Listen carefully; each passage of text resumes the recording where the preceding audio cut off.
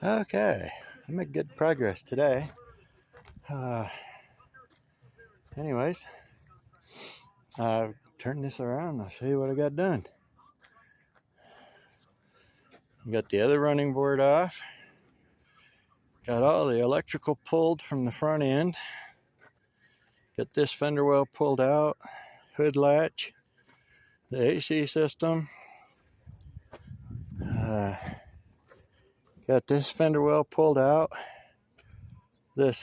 All this vacuum lines are so brittle. I'm gonna have to get a code to find out, or a manual to find out what the vacuum diagram is.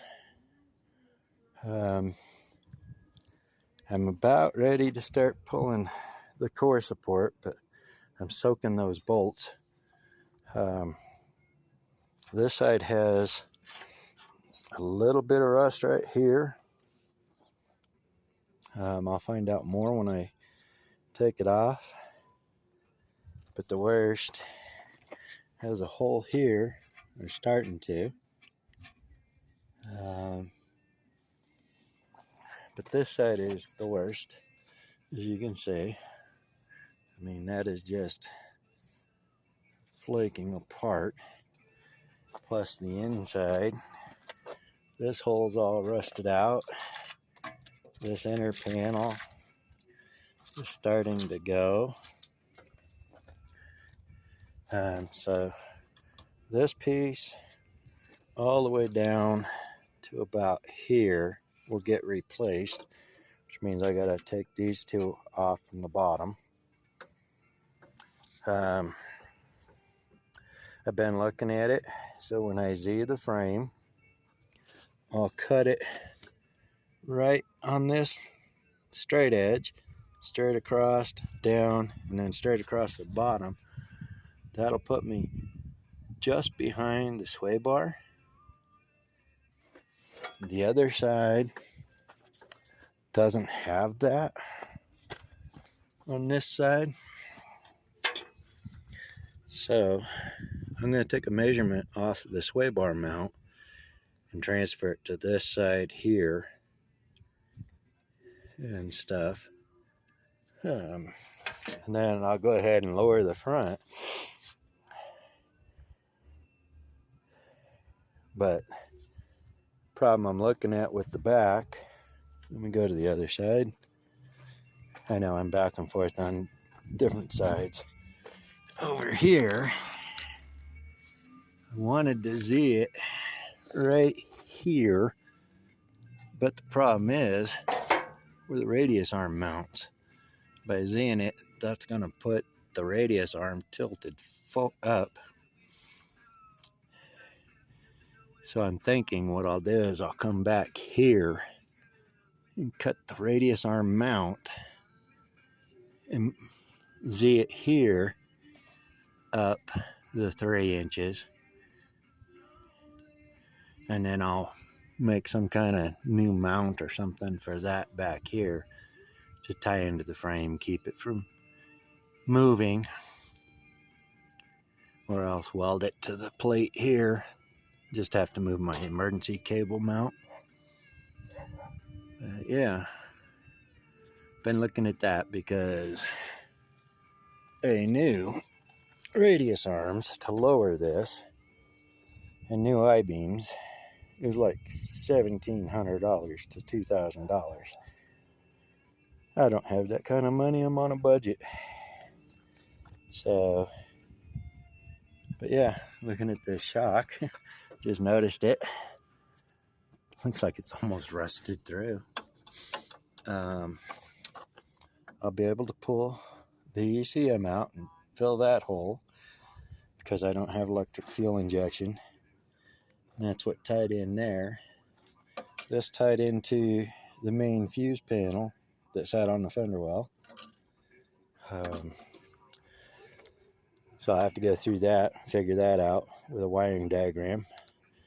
This did have a block heater on it, but because of that tab and the way the two hose fittings stick out, I can't get it to clear the motor mount. So I'm going to have to wait to take that off once I pull the motor out. But now I'm at the point, once I get the front, this piece cut off, then I can unbolt the motor, support the transmission, and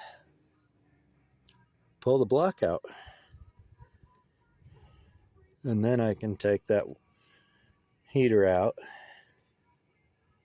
I want to get the transmission dropped and all cleaned and stuff and really good before I put the 302 in it.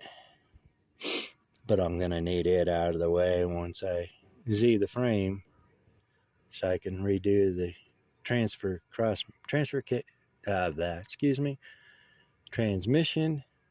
cross member. Yeah, but that's where I'm at. I just wanted to do a quick video. One thing I'm wondering about is when I Z the frame, this is going to change the pitch, so I'm probably going to have to put a universal joint in here to accommodate it.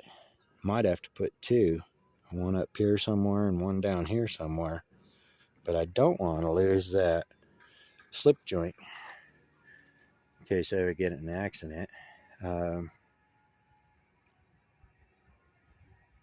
What else? I was thinking, for the time being, just for a static drop, finding some F350 coil springs and put in here. I would definitely give it a softer ride, but I'm gonna wait and see what happens with doing airbag mounts and stuff. So that's my update for today. Hope y'all have a good week, and we'll talk to you soon. Remember to like, share, and comment on my page, please. It helps me grow the page. And if you have any ideas, throw them out there for me. I'm interested in what you think as far as this build goes, and I want to know your input. Am I on the right track with this? Anything you think I could maybe do a little better on with it? Anyways, thanks again. Have a good one.